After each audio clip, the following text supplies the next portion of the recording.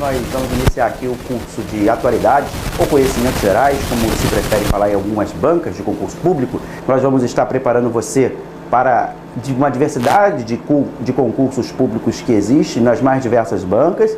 A gente tem aqui nesse curso, além da preparação para uma prova de conhecimentos gerais e atualidades, um amparo a um conjunto enorme de disciplinas. O que eu estou querendo dizer é que a atualidade vai ajudar você a fazer uma melhor prova de direito administrativo, vai ajudar você a fazer uma boa redação, vai ajudar você a fazer uma boa prova de economia, um conjunto de outras matérias e disciplinas, como direitos humanos, que vão ser, sem dúvida, amparados por um bom curso de atualidades que você faça. Então, nesse curso aqui, nós vamos dividir ele em 5 blocos, 4 blocos consolidados, fechados, e um que é uma atualização que a gente vai fazer quinzenalmente, com todos os temas mais debatidos pela mídia. Então, nosso primeiro bloco, a gente trata mais do viés econômico do mundo contemporâneo, que a gente chama de mundo globalizado. Então, nesse mundo globalizado, a gente vai discutir o que é a globalização, seus principais efeitos, as crises econômicas atuais e todas essas discussões mais entrelaçadamente ligadas à economia. No segundo bloco, nós vamos falar de meio ambiente e sustentabilidade. Uma discussão contemporânea importante, há 5, 6, 7, ou talvez mais anos atrás, isso não caiu em concurso público, era pouco debatido, e hoje é uma das questões chaves. Não há uma boa prova de atualidades que não tem questões de sustentabilidade ambiental, ok? No terceiro bloco nós vamos falar do viés político do mundo contemporâneo, vamos falar das relações internacionais, a relação entre os estados e também a situação política de alguns países que são importantes, como os Estados Unidos e outros mais que possam chamar nossa atenção, ok? E por último a gente vai falar do Brasil contemporâneo, tentar entender o Brasil sobre as mais diversas perspectivas, porém sempre com foco no concurso público, sempre com foco naquilo que cai, naquilo que as bancas cobram. E por último, como eu já tinha dito inicialmente, nós vamos falar dos temas mais debatidos pela mídia. Esses temas mais debatidos pela mídia, na verdade, é uma atualização quinzenal, que a gente vai estar sempre atualizando tudo que foi mais discutido e que tem probabilidade, por isso, de cair em provas, ok? Começaremos nosso curso, então, agora, com a discussão de mundo globalizado, que essa discussão em si, ela se divide em duas grandes fases. Uma é a gente tentar entender os pilares da globalização, aquilo que sustenta o processo que nós chamamos hoje de globalização. O segundo é entender algumas consequências dessa globalização, coisas que estão sendo mais debatidas hoje, como, por exemplo, a ascensão dos países emergentes, como o Brasil, a China, a Índia, a Rússia, a África do Sul, entre outros, e entender também as crises globais, como que está a situação na Europa, por que a crise nos Estados Unidos, lá desde 2008, afetou muito a economia internacional e continua afetando, e o que isso tem a ver com a crise atual na Europa, entre outros aspectos, correto? Então, na primeira parte, então, a gente vai falar de alguns pilares da globalização, não são os únicos, obviamente, mas são aqueles que são mais importantes e que têm sido cobrados muito em prova. Primeiramente, a gente tem que entender o desenvolvimento tecnológico. Não dá para pensar, para falar de um mundo globalizado sem entender que a gente vive uma era tomada pela tecnologia, que a tecnologia faz parte da nossa maneira de ser, agir, pensar, que muda a nossa maneira de pensar, inclusive, a partir dessas transformações que se vêm da esfera material. Além disso, vamos falar da urbanização e de seu efeito mais marcante nos dias atuais, a consolidação de uma sociedade consumista.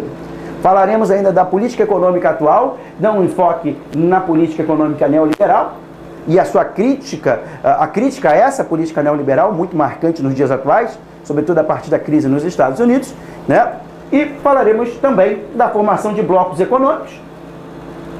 Importante situação, entender o Mercosul, a ALCA, a União Europeia, quais suas perspectivas, por que os blocos fazem tanta diferença, o que algum dia já se chegou a pensar que os blocos seriam o fim do Estado-nação, do Estado como a gente conhece. Está longe disso acontecer ainda, mas fato é que esses blocos exercem bastante importância e bastante influência no mundo, ok? Então, com esses 4 pilares, nós vamos ter base para a gente discutir a crise econômica atual, sobretudo a crise na Europa, e ainda falar dessa ascensão dos países emergentes com um grande destaque para a China.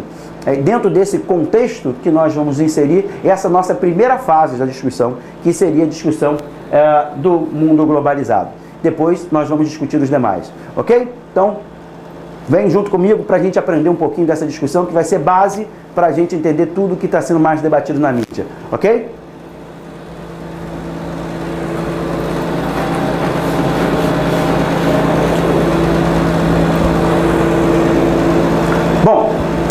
prova de atualidades, uma das primeiras questões que chamam a atenção do aluno, que muitas das vezes cria certa dificuldade, é que o aluno imagina que uma prova de atualidades cairia só temas bem contemporâneos e atuais. Porém, em todas as provas, ou melhor, em todas as bancas, quando se vê lá o que significa atualidades ou conhecimentos gerais, se diz as principais discussões nas diversas áreas, tais como política, economia, saúde, educação, sociologia, e as suas vinculações históricas. Essas vinculações históricas muitas das vezes derrubam o aluno. Então, em cada um desses temas, desses assuntos que nós vamos discutir aqui, a gente vai sempre procurar alguma vinculação histórica ou as principais características, os principais marcos desse processo até os dias de hoje. Então, como a gente começa a discussão de desenvolvimento tecnológico, a gente tem que procurar aqui dentro do possível falar de alguns marcos dessa transformação tecnológica. A gente vai começar lá atrás com a primeira Revolução Industrial, depois vamos falar da segunda Revolução Industrial para chegar na Revolução Tecnológica dos nossos dias. Não que a gente vá contar a história da Revolução Industrial, porque isso não nos interessa. A gente vai pegar algumas características delas que são importantes para entender o mundo contemporâneo.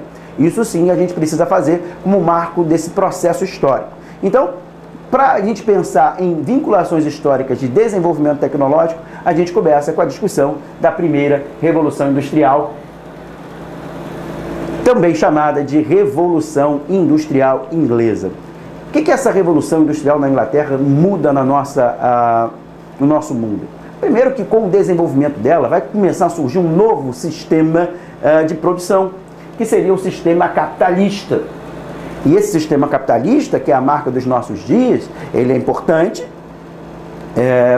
em todos os aspectos, porque a gente vive numa sociedade cuja a essência é a busca do lucro, cuja a propriedade privada é assumida como um direito consensual. Quase todas essas características elas não existiriam sem o sistema capitalista. Definir capitalismo é difícil, mas algumas coisas a gente sabe. Por exemplo, a gente acabou de dizer que no capitalismo existe aquela busca pelo lucro. A busca pelo lucro seria, obviamente, uma das marcas do capitalismo. Outra marca do capitalismo é que as pessoas que, no sistema capitalista, ela não produz aquilo que ela necessita para sobreviver. Normalmente ela exerce um trabalho ou ela é dona de algum empreendimento, ela tem o seu lucro com o seu empreendimento ou recebe um salário e com esse salário ela vai no mercado e compra o que necessita. Essa pessoa se torna uma consumidora, ok? Então, a marca do sistema capitalista também é uma sociedade de consumo consolidada. Isso é importante se entender. Só para pegar essas duas características do capitalismo, para a gente entender que essa primeira revolução, então, tem muita importância, haja vista que ela é a base ou pontapé para a criação do capitalismo. Outro ponto dessa revolução industrial é que o desenvolvimento tecnológico que ela traz faz com que a produção cada vez mais seja feita em larga escala. A produção em larga escala vai fazendo com que os produtos, em média, sejam barateados, fazendo com que mais pessoas possam vir a ter acesso a esses produtos. É a sensação que cada um de nós tem, você aí agora, eu, de que nós somos mais ricos do que eram os nossos pais quando eles tinham a idade que nós temos agora.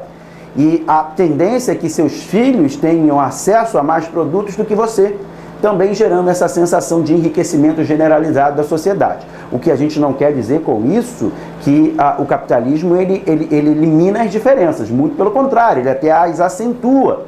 Porém, a sensação de que nós ficamos mais ricos do que os nossos pais é quase que generalizada devido exatamente a esse desenvolvimento tecnológico.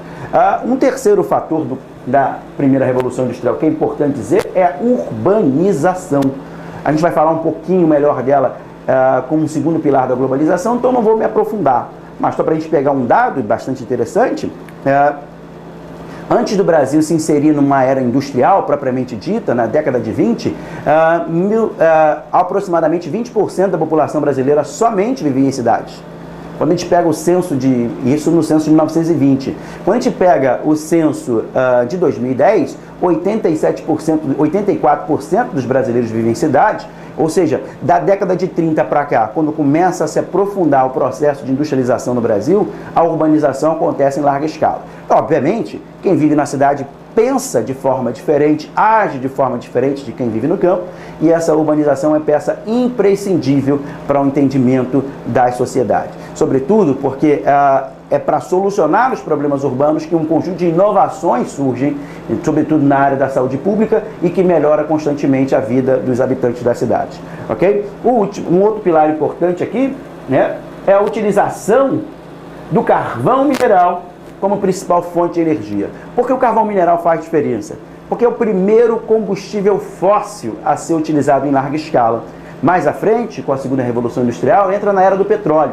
E carvão mineral e petróleo, e depois também o gás natural, vão ser os combustíveis fósseis por excelência utilizados para a produção de energia, para manter essas máquinas da revolução funcionando, para manter as nossas residências acesas, literalmente, e que vão demandar uma poluição bastante grande por causa da queima desses combustíveis fósseis. Essa é uma discussão até ambiental, que a gente vai discutir melhor no segundo bloco, quando a gente falar de sustentabilidade. Mas fique claro, desde o primeiro momento, que essa revolução industrial, ela marca essas transformações, e a introdução desse combustível fóssil já é um grande marco. Bom, essa primeira revolução industrial que falamos, ela se dá a partir de meados do século XVIII, ou seja, lá para a década de 1750, 1770, a Inglaterra já está num processo claramente revolucionário. A segunda revolução industrial que nós vamos iniciar a falar agora acontece no final do século XIX, a partir de 1870, 1880, nos Estados Unidos e também na Europa Ocidental, e depois se expande para o Canadá, um pouquinho mais depois para o Japão, e esse é o grande marco dessa segunda revolução industrial, ou seja, Estados Unidos, Canadá, Europa Ocidental e Japão, que fazem essa revolução mais ou menos próximo um do outro, são os países mais desenvolvidos hoje.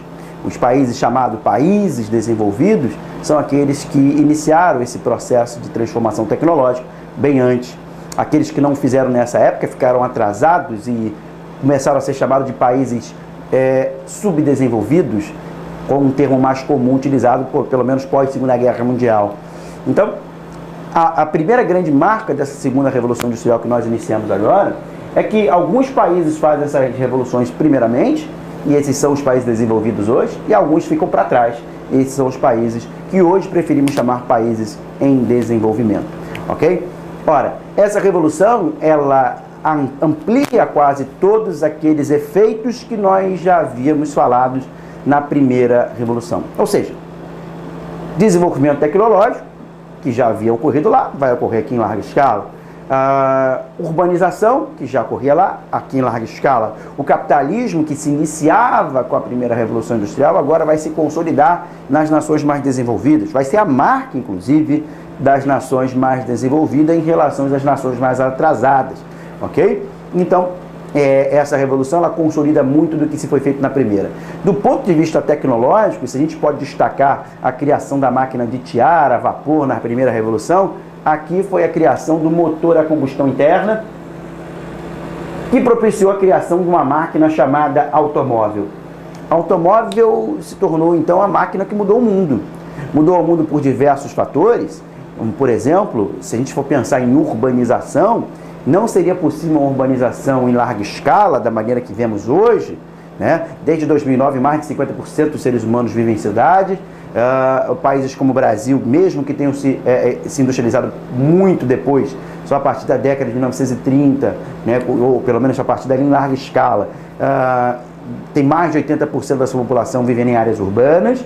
Então, esse processo de urbanização se acentua muito com o automóvel. O automóvel, ele muda essa relação. Tenta imaginar uma grande cidade nos moldes da primeira revolução, com trens ligando cada ponto da cidade. O transporte em massa sobre trilhos. Seria impossível. O transporte em massa dependia do automóvel, e o automóvel vai fazer essa grande diferença. Mas ainda não é por isso que o automóvel é a máquina que mudou o mundo. O automóvel, ele é a máquina que mudou o mundo porque ele reinventou ou inventou um novo sistema de produção que nos Estados Unidos inicialmente chamou-se de Fordismo, por causa do Henry Ford. E essa produção em série, essa linha de montagem que se iniciou o Fordismo, que já ficou para trás há muito tempo, foi substituído por novos modelos, mas ele iniciou uma nova era. uma era das chamadas fábricas montadoras. E se começou com automóvel, hoje existe fábrica montadora para tudo, né? Desde automóveis a aparelhos celulares. Mas essas fábricas montadoras, elas são o segredo do grande desenvolvimento. Possa partir do pressuposto que faz a China no mundo contemporâneo, atraindo as fábricas montadoras do mundo inteiro para produzir na China e dali exportar para o resto do mundo. Então, as fábricas montadoras se tornariam um grande segredo desse desenvolvimento tecnológico e elas se iniciam nessa segunda revolução, ok? Então, o automóvel é a marca disso. Além disso, a incorporação de novas fontes de energia e o petróleo vai substituindo o carvão mineral aos poucos como a principal fonte de energia. E o principal tipo de energia utilizado é a eletricidade. A eletricidade tem uma importância tão grande na nossa vida hoje, se a gente for pensar, que a gente não consegue imaginar o que fazer quando falta energia elétrica. Sem energia elétrica, o que a gente faz? Fica até difícil de imaginar. Tudo praticamente depende de energia elétrica. Tenta imaginar a sua casa aí agora, né? Imagina que estaria só você em casa e mais ninguém. Quanto de energia elétrica você está gastando aí agora? Agora tenta imaginar a casa do seu avô, quando tinha a idade que você tem, super povoada, com 10, 15 pessoas. Ainda assim, ele estaria gastando menos energia do que você está gastando agora na sua casa, mesmo sem você mexer em nada. É freezer, geladeira, televisão, um monte de coisa plugado na tomada e gastando energia. Ou seja, ficamos dependentes desse tipo de energia e a principal fonte geradora dessa energia no mundo é o petróleo. Além de manter o sistema de transporte, mantém a principal tipo de energia utilizado. Petróleo, então, esse combustível fóssil, a gente já estava falando dele quando falou na primeira Revolução Industrial, para explicar a entrada desses combustíveis fósseis. Se a gente vai discutir aquecimento global e emissão de gás carbônico, a gente tem que pensar no petróleo como o principal vilão. Se a gente pensar em desenvolvimento tecnológico, graças à movimentação das máquinas a um custo barato, porque a energia do petróleo é a mais barata, a gente tem que pensar no petróleo como um grande herói. E o petróleo tem esse dilema, é uma energia fóssil, ou seja, vai acabar, e é a principal fonte de energia do mundo. Os combustíveis fósseis, em linhas gerais, alimentam 81% de toda a energia do planeta hoje. Então, e a gente sabe que ele é findável. Então, essa segunda revolução industrial traz para a gente algumas das características importantíssimas para entender o mundo contemporâneo, ok? Além disso, nós teríamos um grande novo passo para o nosso mundo contemporâneo, uma transformação tecnológica que começa no Vale do Silício, nos Estados Unidos, que alguns chamam de terceira revolução industrial e que nós vamos chamar aqui simplesmente de revolução tecnológica. É dessa revolução, basicamente, que a gente queria falar para a gente pensar em desenvolvimento tecnológico nos nossos dias.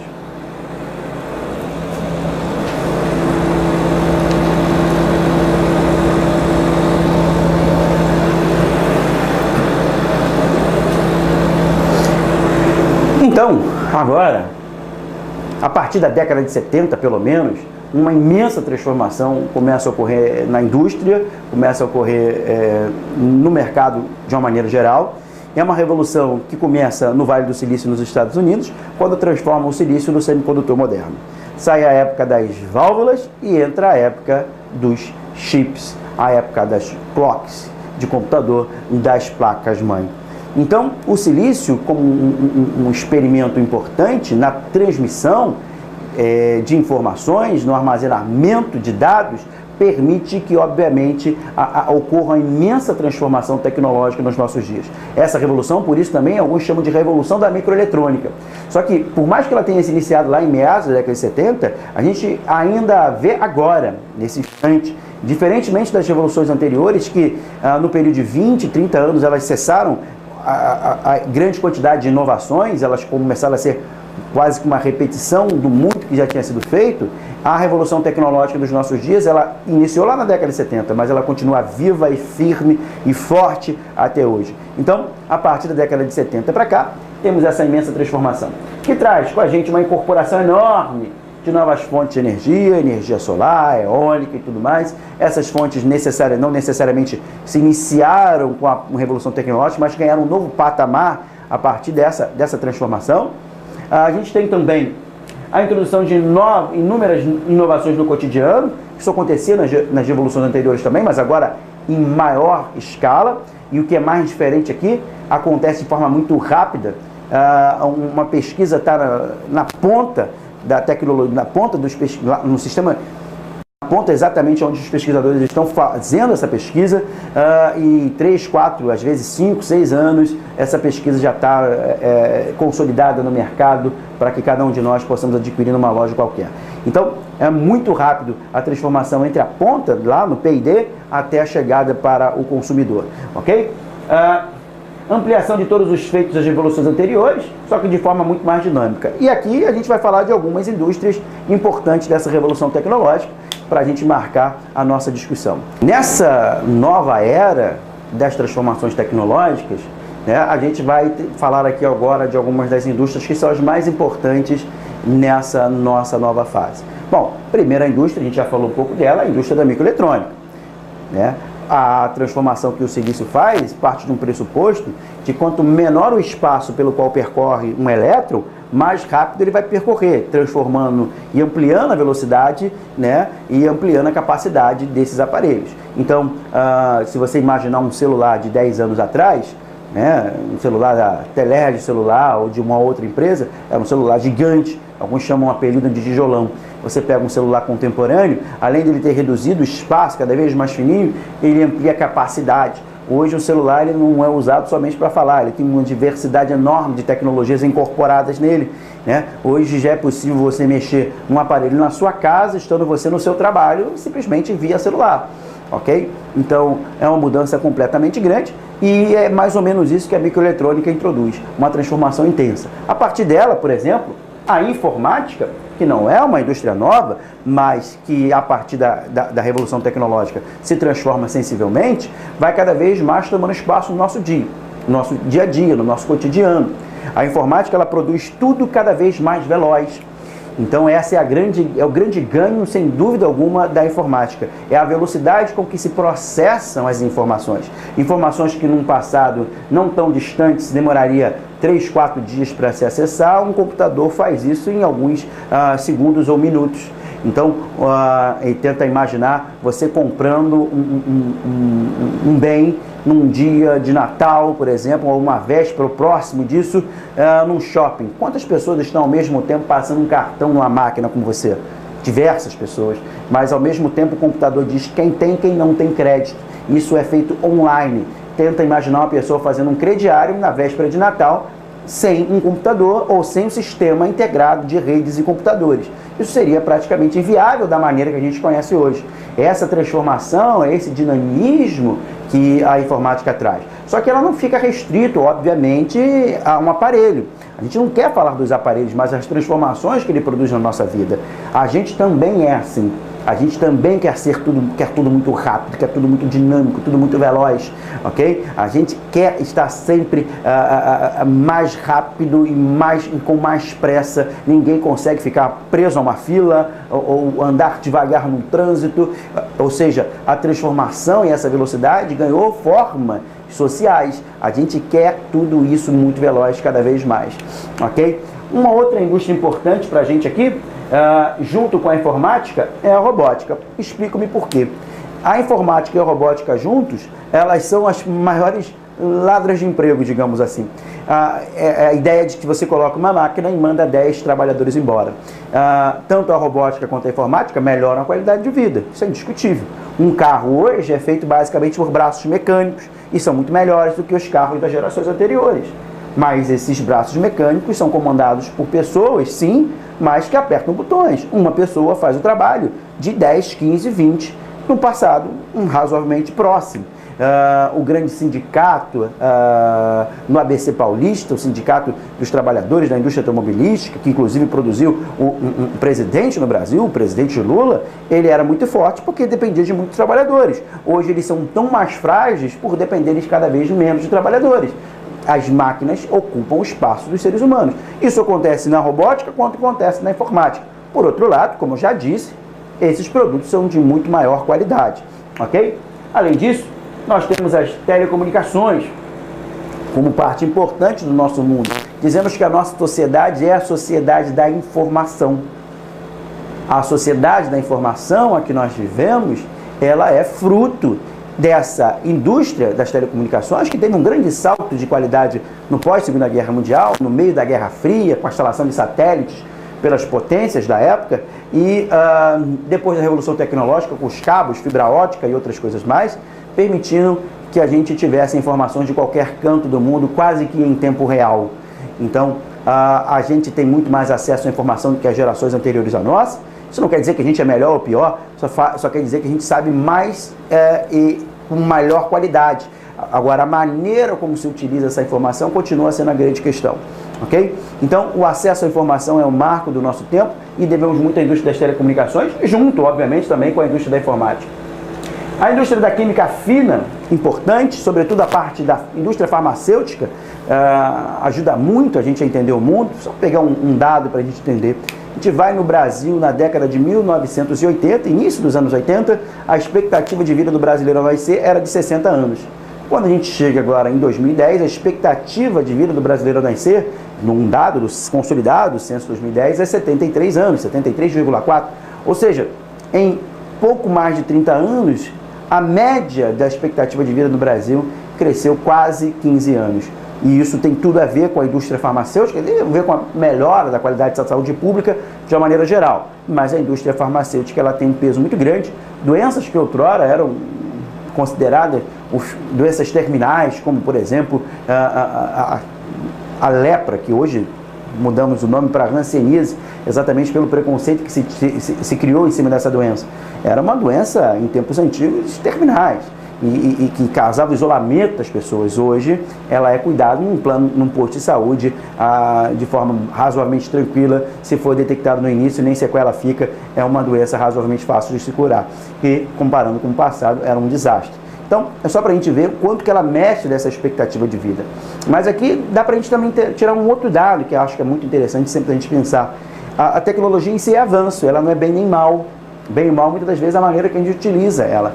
A gente poderia pensar aqui na melhora da saúde pública da indústria farmacêutica, poderia dizer que ela só tem bem. Também, algumas pessoas podem olhar com outro olhar. Por exemplo, quanto mais aumenta a expectativa de vida, mais aumenta a idade para se aposentar, por exemplo. Então, um país que as pessoas, na década de 40, por exemplo, como o Brasil, que a expectativa de vida era 47, 49 anos, a regra geral para aposentadoria era trabalhar 30 anos e se aposentar. Num país em que, em média, as pessoas vivem mais de 70 anos, essa regra já não nos serve. Hoje, a regra geral é 35 anos de contribuição e 65 anos de idade para o homem e 30 e 60 para as mulheres. Ou seja, tem que se mudar as regras de aposentadorias, porque a expectativa de vida cresceu. E em si, o aumento da expectativa de vida é óbvio que é um bem, mas ainda assim há um conjunto de outras coisas interrelacionadas aqui que tem que ser levado em consideração. Ok? A última indústria que nós vamos falar é a indústria genética, e vamos encerrar essa discussão com essa indústria, porque ela é uma das indústrias que mais mexe, digamos assim, com as certezas produzidas pela nossa cultura, né? Então, quando a gente fala de alimentos transgênicos, a mudança genética dessa estrutura dos alimentos, quando a gente fala de clonagem, é um outro dado bastante interessante, né? O que gera a vida, afinal. Quando a gente fala de células-tronco, mais ainda. Células-tronco, então, gera um debate enorme do ponto de vista científico, do ponto de vista jurídico. Recentemente no Brasil, não tão recente assim, a gente teve a aprovação da lei de biossegurança, e ela foi questionada no Supremo porque ela teria sido o procurador considerou ela inconstitucional por permitir a pesquisa com células-tronco, ok? E obviamente essa discussão por causa dos setores mais conservadores da sociedade, que não se queria permitir a pesquisa com células-tronco, e o Supremo entendeu que a lei era constitucional porque o Brasil é um Estado laico, e sendo um Estado laico não deveria, obviamente, partir de pressupostos religiosos para a interpretação da lei. Ou seja, de forma que essa discussão tecnológica que a gente está fazendo bem de forma superficial aqui, ela não fica restrita à tecnologia, mas ela mexe com a nossa vida, com nossa maneira de pensar, nossa maneira de agir a cada momento e a cada instante. E é com isso que a gente fecha esse nosso bloco, entendendo que a gente vive num mundo tomado pela tecnologia, que a tecnologia é uma grande parte dessa transformação a qual vivemos. Ela faz parte do nosso cotidiano, do nosso dia a dia. A gente age, pensa diferente do que as pessoas do passado, sobretudo pelas transformações que a tecnologia nos colocou, ok? Então, agora a gente vai entender como é que isso aqui, tudo que a gente falou, cai em prova, e depois a gente segue com a nossa discussão desse mundo globalizado, ok?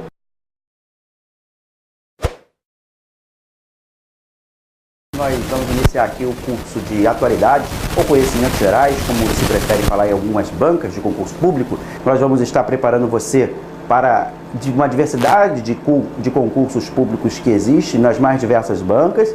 A gente tem aqui nesse curso, além da preparação para uma prova de conhecimentos gerais e atualidades, um amparo a um conjunto enorme de disciplinas. O que eu estou querendo dizer é que a atualidade vai ajudar você a fazer uma melhor prova de direito administrativo, vai ajudar você a fazer uma boa redação, vai ajudar você a fazer uma boa prova de economia, um conjunto de outras matérias e disciplinas, como direitos humanos, que vão ser, sem dúvida, amparados por um bom curso de atualidades que você faça.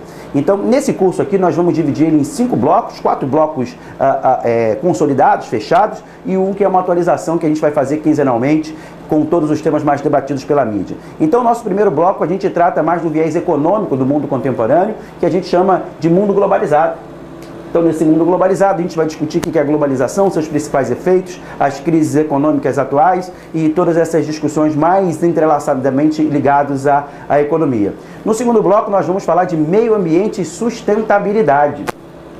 Uma discussão contemporânea importante, há 5, 6, 7, ou talvez mais anos atrás, isso não caiu em concurso público, era pouco debatido, e hoje é uma das questões chaves. Não há uma boa prova de atualidades que não tem questões de sustentabilidade ambiental, ok?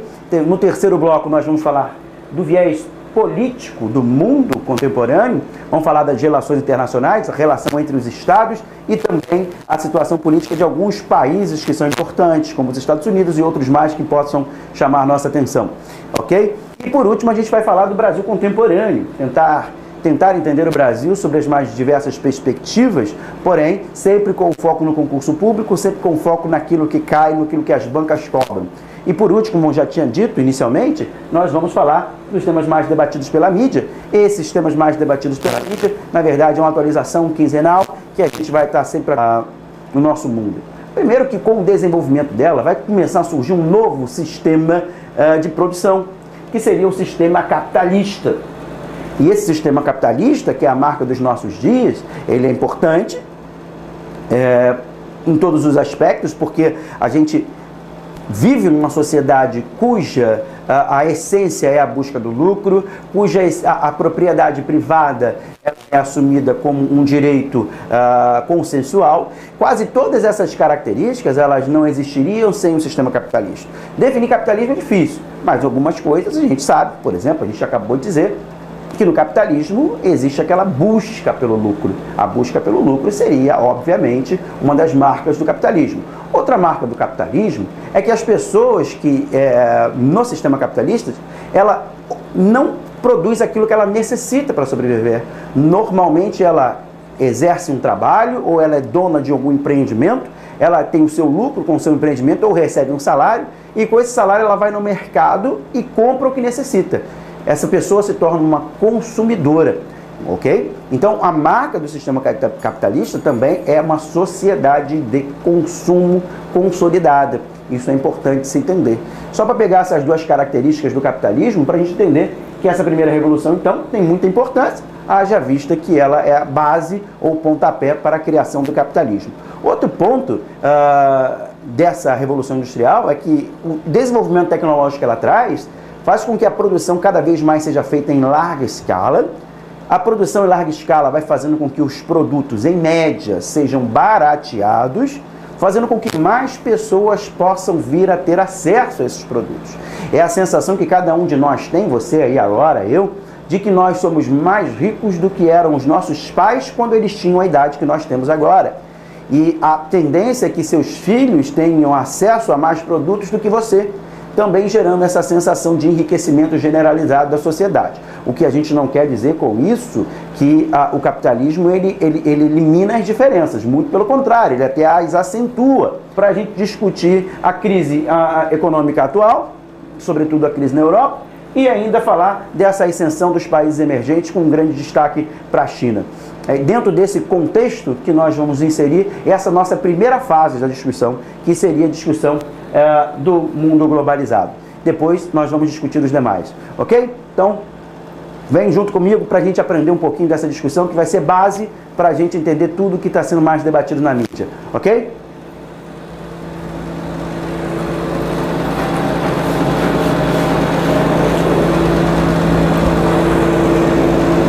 Bom, numa prova de atualidades, uma das primeiras questões que chamam a atenção do aluno, que muitas das vezes cria certa dificuldade, é que o aluno imagina que uma prova de atualidades cairia só temas bem contemporâneos e atuais.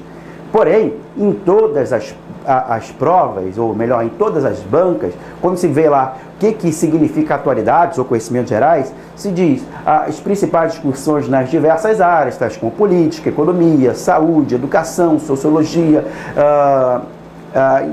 e as suas vinculações históricas. Essas vinculações históricas muitas das vezes derrubam o aluno.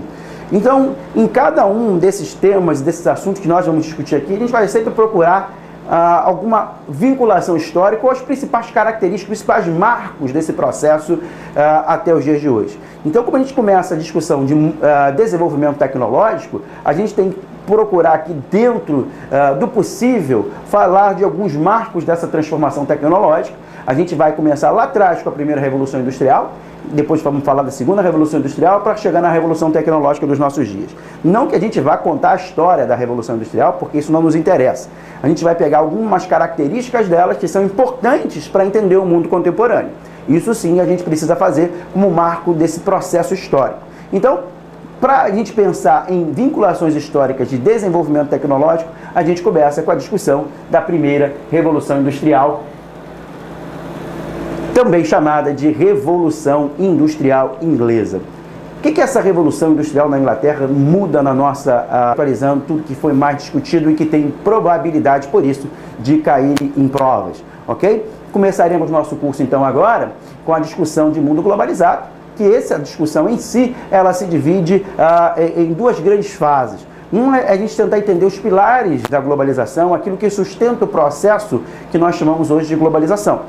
O segundo é entender algumas consequências dessa globalização, coisas que estão sendo mais debatidas hoje, como, por exemplo, a ascensão dos países emergentes, como o Brasil, a China, a Índia, a Rússia, a África do Sul, entre outros, e entender também as crises globais, como que está a situação na Europa, por que a crise nos Estados Unidos, lá desde 2008, afetou muito a economia internacional e continua afetando, e o que isso tem a ver com a crise atual na Europa, entre outros aspectos. Correto? Então, na primeira parte, então, a gente vai falar de alguns pilares da globalização, não são os únicos, obviamente, mas são aqueles que são mais importantes e que têm sido cobrados muito em prova. Primeiramente, a gente tem que entender o desenvolvimento tecnológico. Não dá para pensar, para falar de um mundo globalizado sem entender que a gente vive numa era tomada pela tecnologia, que a tecnologia faz parte da nossa maneira de ser, agir, pensar, que muda a nossa maneira de pensar, inclusive, a partir dessas transformações que se vêm da esfera material.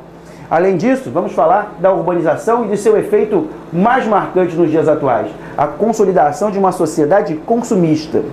Falaremos ainda da política econômica atual, dá um enfoque na política econômica neoliberal, e a sua crítica, a crítica a essa política neoliberal, muito marcante nos dias atuais, sobretudo a partir da crise nos Estados Unidos, né? E falaremos também da formação de blocos econômicos.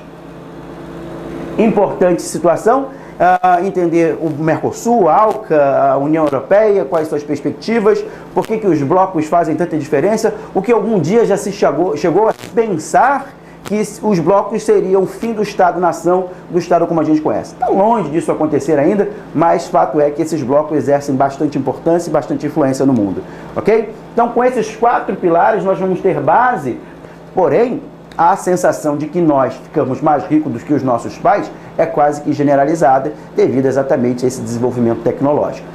Um terceiro fator da primeira Revolução Industrial que é importante dizer é a urbanização. A gente vai falar um pouquinho melhor dela como um segundo pilar da globalização, então não vou me aprofundar. Mas só para a gente pegar um dado bastante interessante, antes do Brasil se inserir numa era industrial, propriamente dita, na década de 20, aproximadamente 20% da população brasileira somente vivia em cidades. Quando a gente pega o censo isso no censo de 1920, quando a gente pega o censo de 2010, 84% dos brasileiros vivem em cidades, ou seja, da década de 30 para cá, quando começa a se aprofundar o processo de industrialização no Brasil, a urbanização acontece em larga escala. Obviamente, quem vive na cidade pensa de forma diferente, age de forma diferente de quem vive no campo, e essa urbanização é peça imprescindível para o entendimento das sociedades. Sobretudo porque é para solucionar os problemas urbanos que um conjunto de inovações surgem, sobretudo na área da saúde pública, e que melhora constantemente a vida dos habitantes das cidades. Ok? Um outro pilar importante aqui, né, é a utilização do carvão mineral como principal fonte de energia. Por que o carvão mineral faz diferença? Porque é o primeiro combustível fóssil a ser utilizado em larga escala. Mais à frente, com a segunda revolução industrial, entra na era do petróleo.